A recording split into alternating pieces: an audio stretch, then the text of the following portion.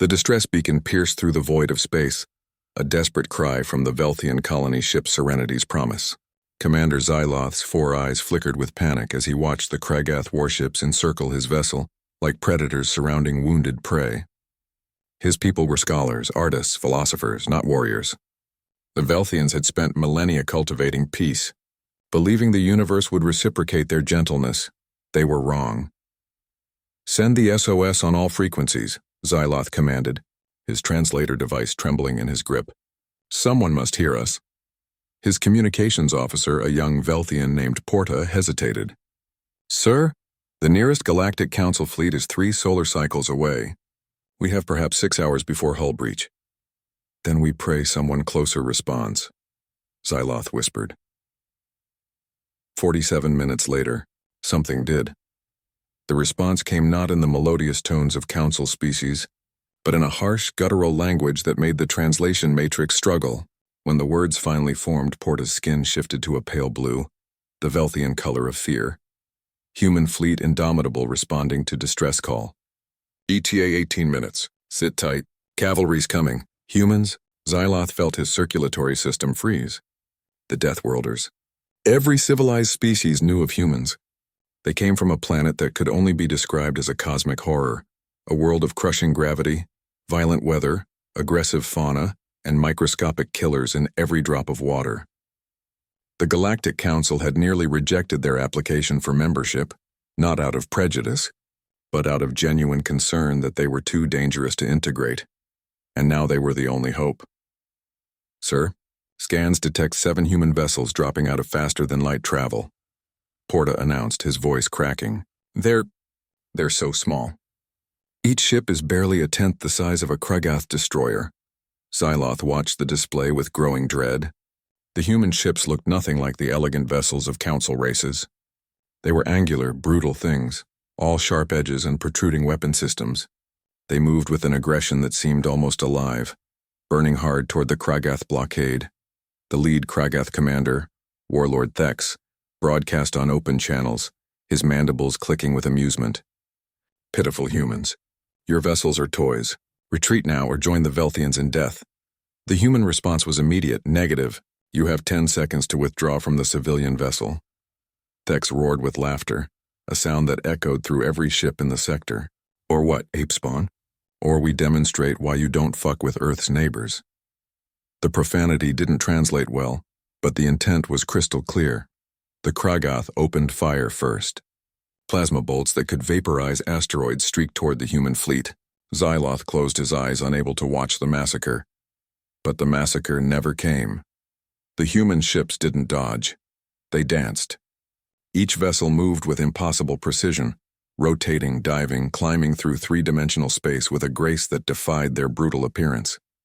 Point defense systems created walls of tungsten that intercepted incoming fire, and then they returned fire. Human weapons were different.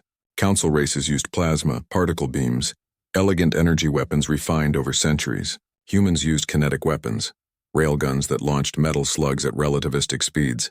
The weapons were primitive, ancient even. They were also devastating. The first Kragath destroyer simply ceased to exist as 3 human ships concentrated fire on its reactor core. The explosion lit up the void like a newborn star. The second ship tried to maneuver, but human missiles, actual chemical propellant missiles that belonged in a museum, swarmed it like insects, overwhelming its defenses through sheer stubborn numbers. "They fight like their planet," Porta whispered in awe. "Relentless, brutal, overwhelming." Warlord Thex's confidence evaporated. He tried to retreat, but the humans had already anticipated it.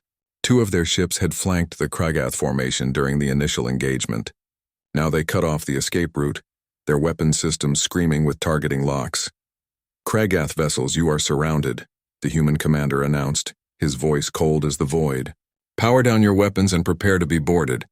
Resist and we will turn your ships into expanding clouds of debris. Your choice. You have 30 seconds. Thex, surrounded by the wreckage of his own fleet, made the only rational choice. He surrendered. As human marines boarded the Kragath vessels, moving in powered armor that made them look like walking tanks, a shuttle approached Serenity's Promise. Xyloth watched through the viewport as it docked, his entire body trembling. The airlock cycled. The human commander stepped through. She was smaller than Xyloth expected, but she moved with contained violence like a compressed spring ready to release. Her skin was dark, her eyes bright, and she carried herself with an authority that made him instinctively step back. "Commander Xyloth?" she asked, her voice surprisingly gentle after the fury he'd witnessed. "I'm Captain Rivera, U.S. Indomitable. You and your people are safe now. You saved us," Xyloth managed. "But the Kragath, they were outmatched," Rivera finished. "Sir, humans evolved fighting everything. Our planet, our weather, our own biology. We've been in a war with existence since we crawled out of the primordial soup.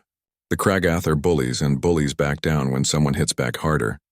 Xyloth looked at this small, seemingly fragile being who had commanded such destruction with casual efficiency. "Your species frightens the Council," he admitted. Rivera smiled, but it didn't reach her eyes. "I know. But here's the thing about Deathworlders, Commander. We're terrifying to our enemies. To our friends?" She extended her hand in the human greeting gesture. "We're the best allies you could ask for." Xyloth hesitantly reached out, touching her hand with his manipulator appendage. It was warm, alive, trembling with barely contained energy. "The Kragath learned an important lesson today," Rivera continued. "Don't start fights in Earth's neighborhood. We're still primitive enough to finish them the old-fashioned way." As the human fleet escorted Serenity's promise to safety, Xyloth realized something profound. Yes, humans were dangerous. Yes, they came from a nightmare world that forged them into living weapons. But they also came when called.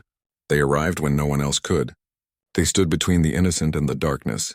Perhaps, Xyloth thought, the galaxy needed Deathworlders after all.